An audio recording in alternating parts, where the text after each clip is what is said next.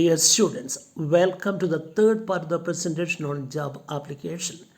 In the last video, I spoke on the cover letter which goes with the curriculum vitae. Today, let us look at how a curriculum vitae CV should be prepared. What is meant by CV?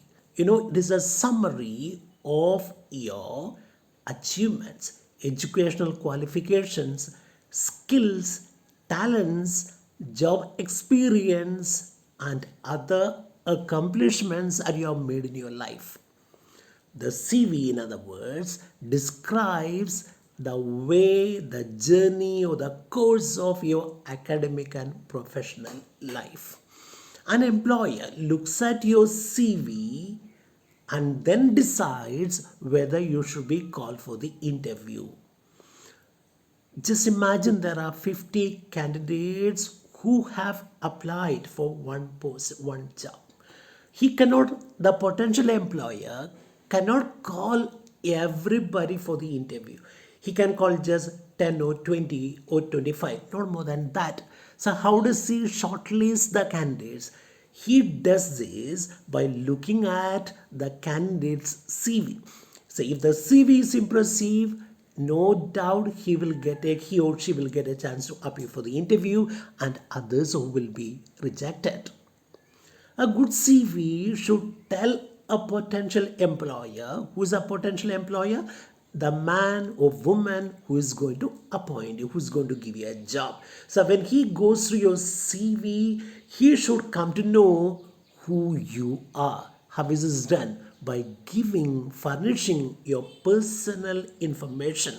So when you furnish your personal details, he will know who you are, right?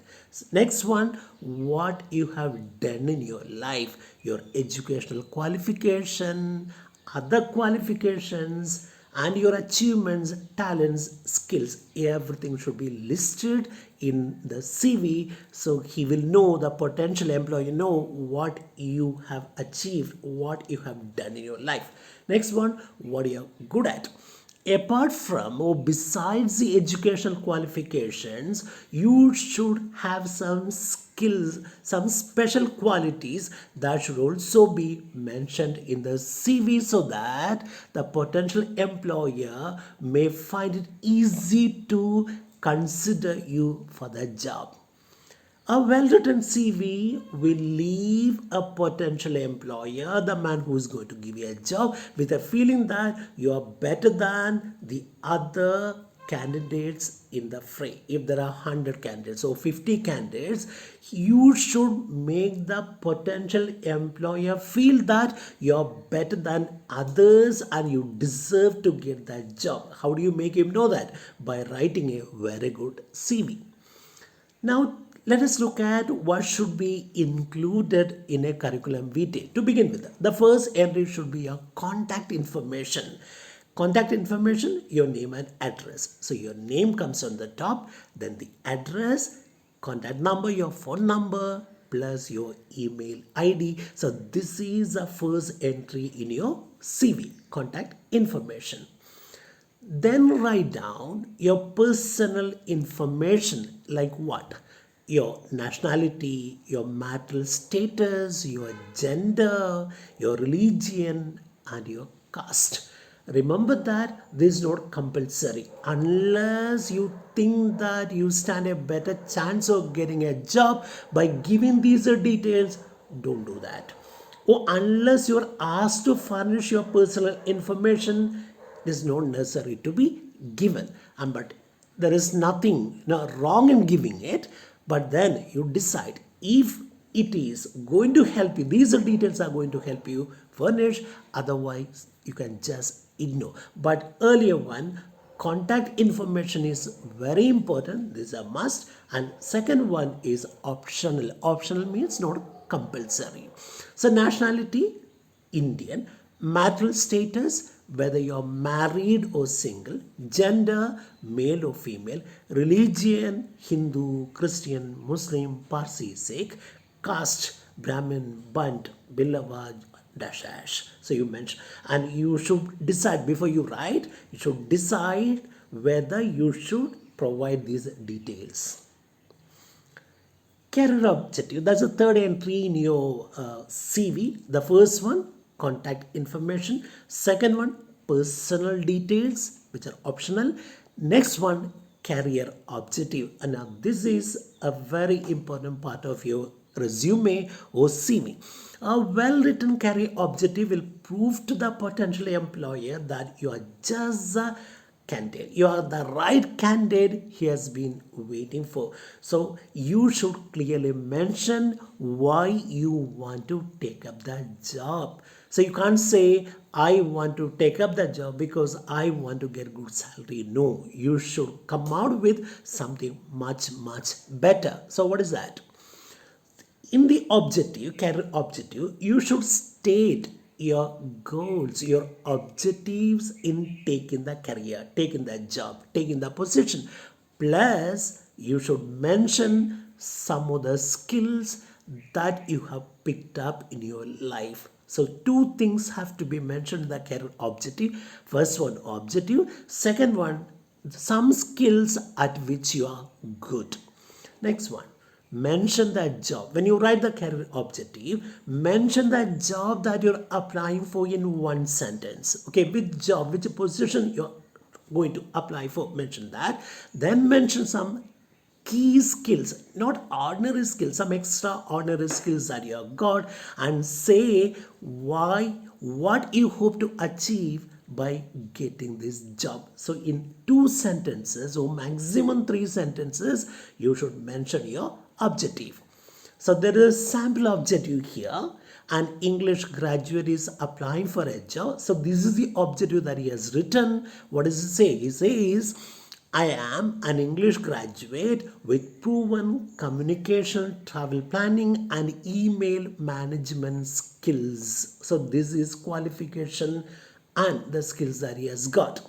Now he is seeking a position. Position means a job as an administrative assistant at a company called Stack to leverage. Leverage means he utilize his organizational or my organizational and research skills to support internal and external communication.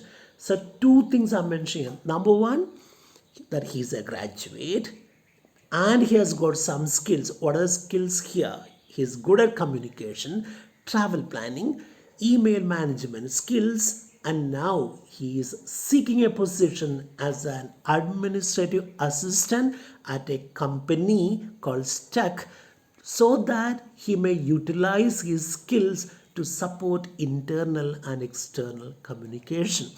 3 things are mentioned here: his qualification, his skills, and why he wants to take up the position. So this is how an objective should be written.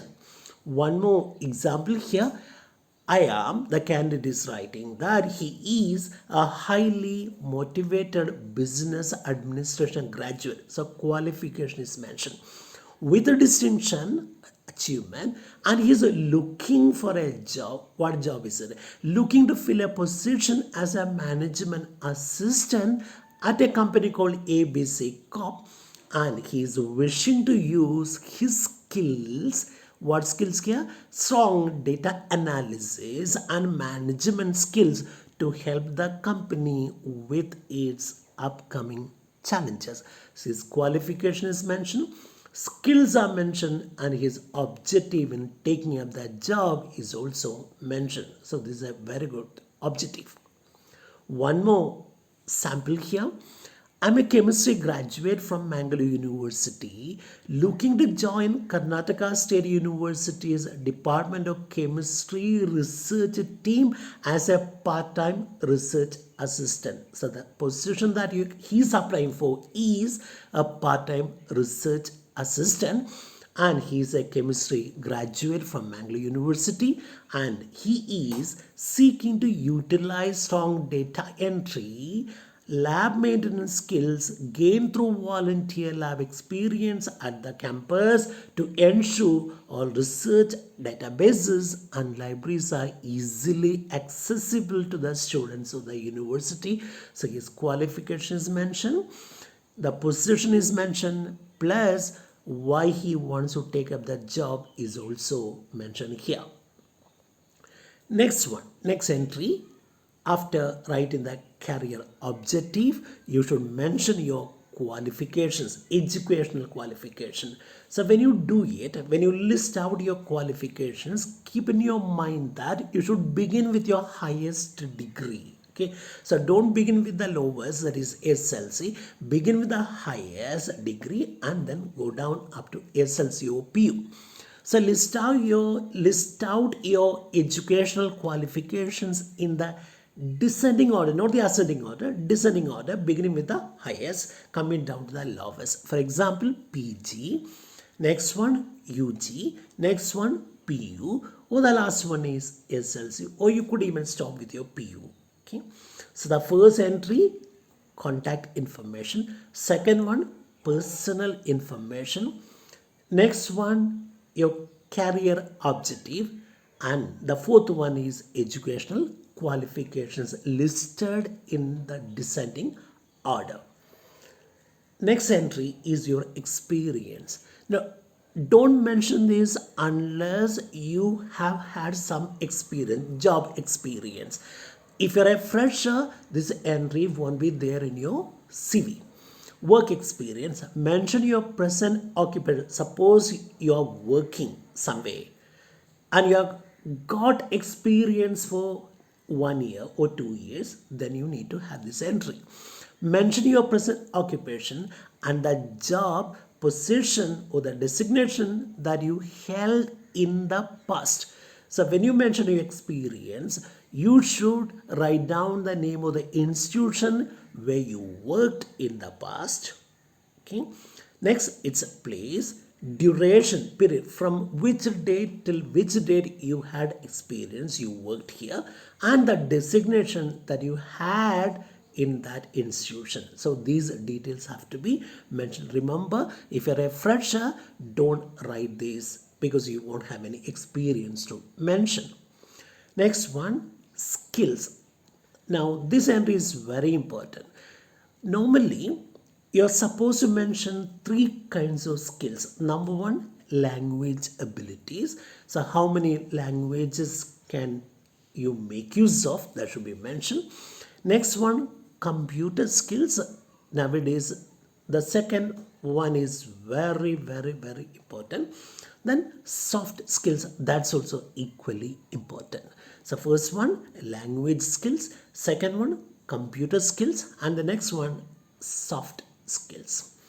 How do you mention your language skills? So Kannada, you write that, mention that that's your mother tongue. You can write you're a native speaker of Kannada, the Kannada language, or mother tongue. English, you're proficient, you're good at English. Then Hindi, you're fluent, you're very well conversant with Hindi. Then English, you're good, but then you're not as good as you are at Hindi or Kannada. That's why you write proficient, no doubt.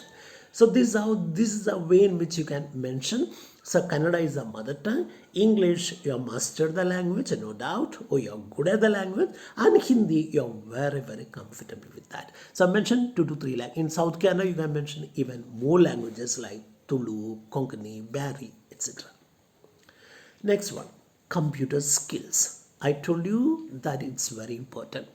So to begin with, MS Word. Nowadays, everybody is familiar with this MS Office. So what are they here? Under MS Office, you should mention MS Word, Access, Excel, OneNote, Outlook, PowerPoint. So unless you are thorough with this, don't mention. So mention only those items with which you are very familiar. Next one, there is one more, G Suite. It is not suite, it is G Suite. So what are they? What are the items listed under, which can be listed under G Suite? Number one, calendar, docs, forms, Gmail, Google Drive, Hangouts, Sheets, Sites, and Slides. If you are good at these things, mention. Otherwise, just leave it out. Computer software skills, C++, iOS/Swift, Java, JavaScript, MySQL, PHP, Python, SQL. Remember, if you are not thorough with these, don't mention. If you are thorough with at least one or two, please mention those. Computer hardware skills only if you are good at these things. For example, system administration. So there are two kinds of computer skills here. Computer software skills, examples are given. Now we are looking at computer hardware skills. What are they? System administration, network configuration, software installation, security, Cisco, tech support, vendor management, DNS, DHCP, WAN/LAN, Windows, virtualized networks, network automation, cloud management, and so on. So select the ones with which you are familiar and mention only those. Don't mention each and everything here. I've just given you examples. So the third item under skills, the first one language, second one computer. Now we are coming down to soft skills. These are very important nowadays. For example, your creativity is your soft skill. Critical thinking, problem solving, public speaking, communication, active listening, conflict resolution, decision making, management, leadership qualities. So mention at least 2 to 3. Don't mention everything. Okay, if you think you are good at one of these things, mention that. So these are soft skills. So there are 3 kinds of skills. First one, language skills. Second one, computer skills. Next one, soft skills. Now the next entry, your hobbies or interests. What are they? Examples: writing, reading, traveling, blogging, chatting, marketing, learning languages, photography, traveling, I told you, reading, listening to music, and podcasting. So unless you are genuinely interested in these, don't mention. References. The last entry is references. Now, what are references? It's actually a letter of introduction. When you apply for a job elsewhere, the head of the institution where you studied can give you a letter of introduction. It is not a recommendation letter, it is just a letter that introduces you to the potential employer. So who can give you such a letter? Number one, the principal of a college, the manager of a bank, the director of a company where you worked or studied. Okay, professors or universities and colleges can also give you a reference letter, or your previous employer. Just imagine you're working somewhere now, and next year, now you're trying to get a job elsewhere from the next academic year. So what can be done?